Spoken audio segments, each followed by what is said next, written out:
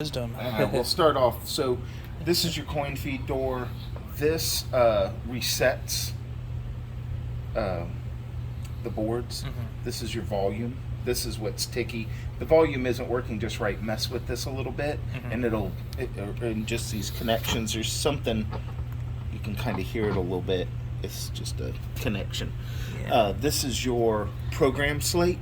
So the manual have what you can do. This is how you set what you want your resets to be, your special, to win a game, your balls, 3 balls, 5 balls, that kind of stuff. You can set it in a test phase to light up everything. This is your replacement lock for the door, if you want to change it from a switch to a door. Speakers in the back. This is your release, so you can take off the top. Probably the only thing I knew about.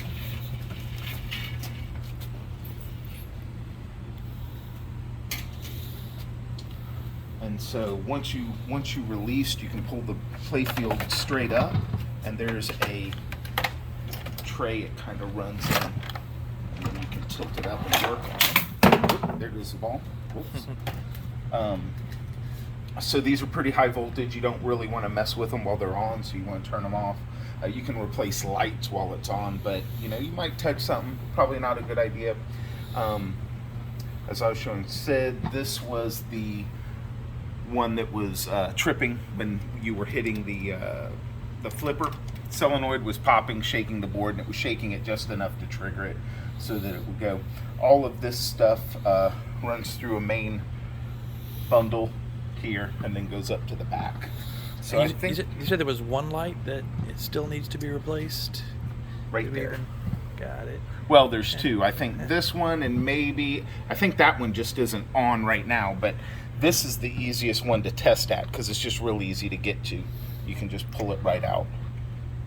Got it. Back in. And so that's usually, if I think a light, like if I wanted to, I know that light that's in there was bad. I don't know if it's still bad, if it's a cabling issue, I'm not real sure, but that light, if you have a light out, you can pull it out there and test it there, and back and forth. Whatever. Cool. But you can get those online. The lights are about $1 a piece. You get them in a pack of like 12. Here's the sticker. All these stickers go on the board. Your 3 times, your 5 times, stuff like that.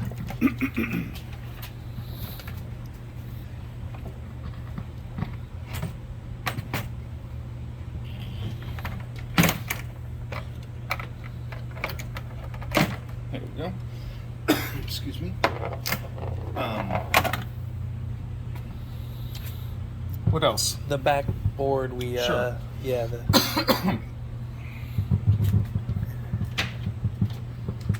This plate will slide out. If you want to do work on these, you kind of have to take them out from behind here.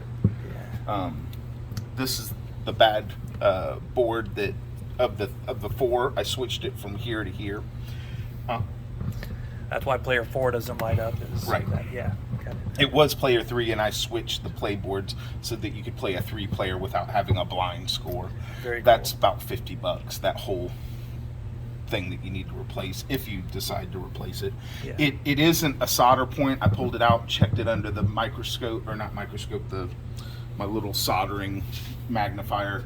I believe it's this chip right here, which you could get that chip for next to nothing, but $40, $50, you can just replace the whole thing. Yeah. So J2, which is this plug right here, is what controls all of this board. Yeah. This board controls everything here, and some of the board down here. This board controls all the play field. This is the sound board. If you're good, here's some extra fuses. Here's all your fuses right here. You can just get them at Home Depot. They're in between 8 amp and let's see, it says on the board 15 amp, 32 volt, I believe. But they're just simple old.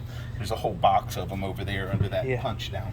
So you taped a couple on here for her Yeah, for extra. Just in case one of them goes. They're not expensive, so I just grabbed a couple out of there and stuck them on there. In case you lose one, you can just pull it off of here and put it in there. Got it. What else was there?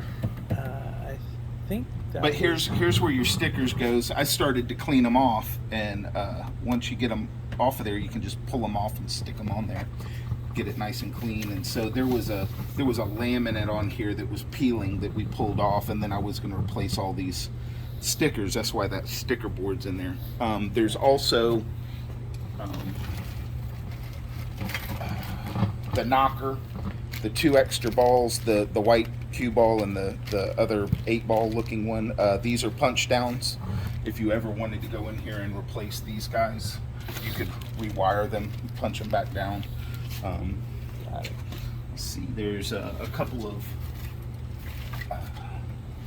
these are for here, and then there's also, I think the caps are in there as well. That's just a bumper like this. Yeah. If you crack one, you can replace it. I put new rubber on here at some point. I don't remember when it was, but everything should be good along those lines. Let's see. Here's the target replacements. That's behind here, or these guys right here that I'm knocking down. Got it. And so you can replace those if you so desire. If not, whatever. Yeah. I think that was it. We talked about how to move it and stuff, but that'll be pretty obvious because we'll have to do it. So Sure. So there's this thing will tilt down. Let me see. Yeah, it's these guys.